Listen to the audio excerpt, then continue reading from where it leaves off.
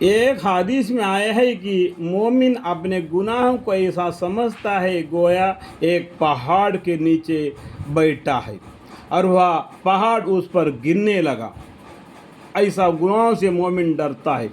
اور فاجر شخص گناہوں کو ایسا سمجھتا ہے گویا ایک مکھی بیٹھی تھی، اڑا دی، یعنی ذرا بھی پرواہ نہیں ہوتی۔ تو مقصد یہ ہے کہ گناہ کا خوف اس کے مناسب ہونا چاہیے اور رحمت کو امید اس کے مناسب، یعنی وہ کیا کرتا ہے، گناہ کو ایک مکھی جیسا سمجھتا ہے، مومن آدمی اس کو ایک پہاڑ جیسا سمجھتا ہے، تو اللہ سے ڈرتا ہے، اللہ سے امید رکھتا ہے گناہ کو معاف فرمائے۔ حضرت معاذ رضی اللہ عنہ تعاون میں شہید ہوئے، یعنی تعاون میں شہید ہوئے۔ انتقال کے قریب زمان میں بار بار گشی ہوتی تھی، جب وفاق ہوتا تو فرماتے یا اللہ تجھے معلوم ہے مجھ کو تجھ سے محبت ہے، تیری عزت کی قسم تجھے یہ بات معلوم ہے۔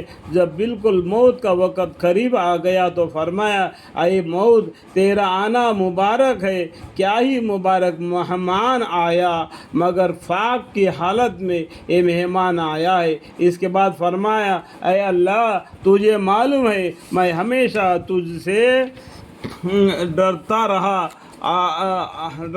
آج تیرے امیدوار ہوں یا اللہ۔ مجھے زندگی کی محبت تھی مگر نہری کھودنے اور باغ لگانے کے واسطے نہیں تھی، بلکہ گرمیوں کے شدت پیاس برداشت کرنے اور دین کے خاطر مشقتیں جھیلنے کے واسطے اور ذکر کے خلقوں میں علماء کے پاس جمع کر بیٹھنے کے واسطے تھی۔ الحمدللہ۔ بعض علماء نے لکھا ہے کہ حدیث بلا میں گمان کے موافق معاملہ عام حالت کے اعتبار سے ہے، خاص مغفرت کے متعلق نہیں دیا۔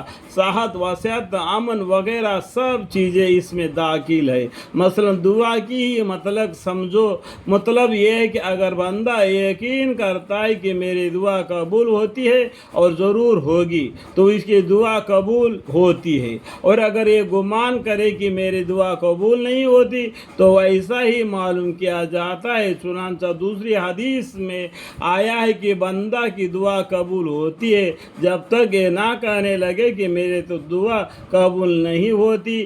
اسی طرح صحت تو انگری وغیرہ سب عمار کا حال ہے، اس طریقے سے سبھی حال ہے۔ اگر میں غریبی ہوں تو غریبی رہ جائے گا، میں ایک دن امیر ہو جاؤں گا اگر کہ اللہ سے امید رکھے تو اللہ تعالیٰ کی رحمت سے وہ امیر بن جائے گا، اور تندرستی ہے تو تندرستی جیسا وہ گمان کرے گا ویسا معاملہ ہو جائے گا۔ اللہم اغفر لے، ہمیں ان باتوں میں اچھی باتوں کو لینے کی، برے باتوں سے بچنے کی توفیق عطا فرمائے، آمین۔